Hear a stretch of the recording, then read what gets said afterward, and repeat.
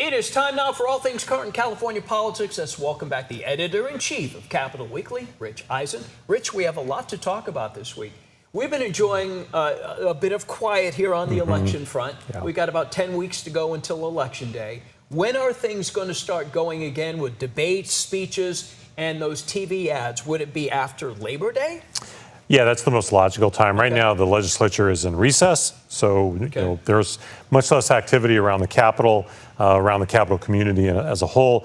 But yes, when people come back and everything kicks back up again at the beginning of August, so will the campaign season. And then, yes, Labor Day to November is absolutely the sprint. Okay, so we have a new poll from the PPIC on the race for governor. It is not surprising here. Javier Becerra up over Steve Hilton, 61-36% of likely voters. What do you see there in terms of Hilton having an opportunity? Well, I mean, it's going to be really tough. He's going to have to convince the independents, and which is every in every gubernatorial race, because both of these men have a lockdown on their base.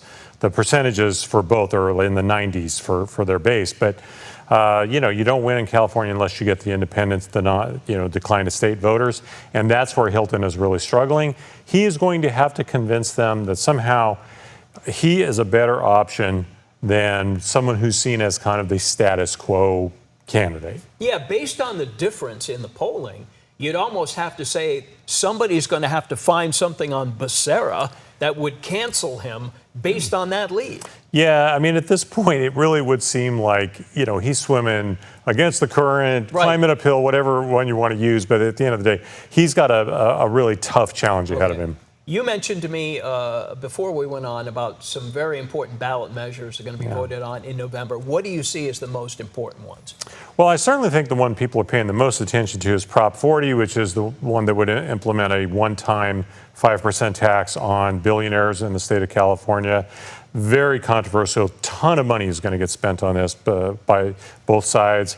This is a proponent as the SEIU, United Healthcare West, so the big labor, but most of the big labor organizations, including other aspects of SEIU, have come out against this.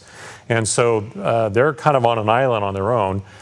Some of the others, deal with housing and deal with how clinics spend money. I mean, it could election security, a lot of really big issues. 14 ballot measures this year. 14. All right, before I let you go, what's the latest on the return to office with state workers? July 1st started coming back, still being litigated, still working the bugs out, literally? Yes, and there's legislation still making its way toward the governor. Again, I'm not confident he'll sign that when it gets his way. It looks like there's an uptick in foot traffic around the downtown area, so the businesses are happy. Yes. We will see how long that lasts. I think what a lot of the opponents, the unions, are counting on is that they're going to have a better relationship with the next governor, presuming that that's Javier Becerra, than they do with the current governor. He's sort of not addressed that.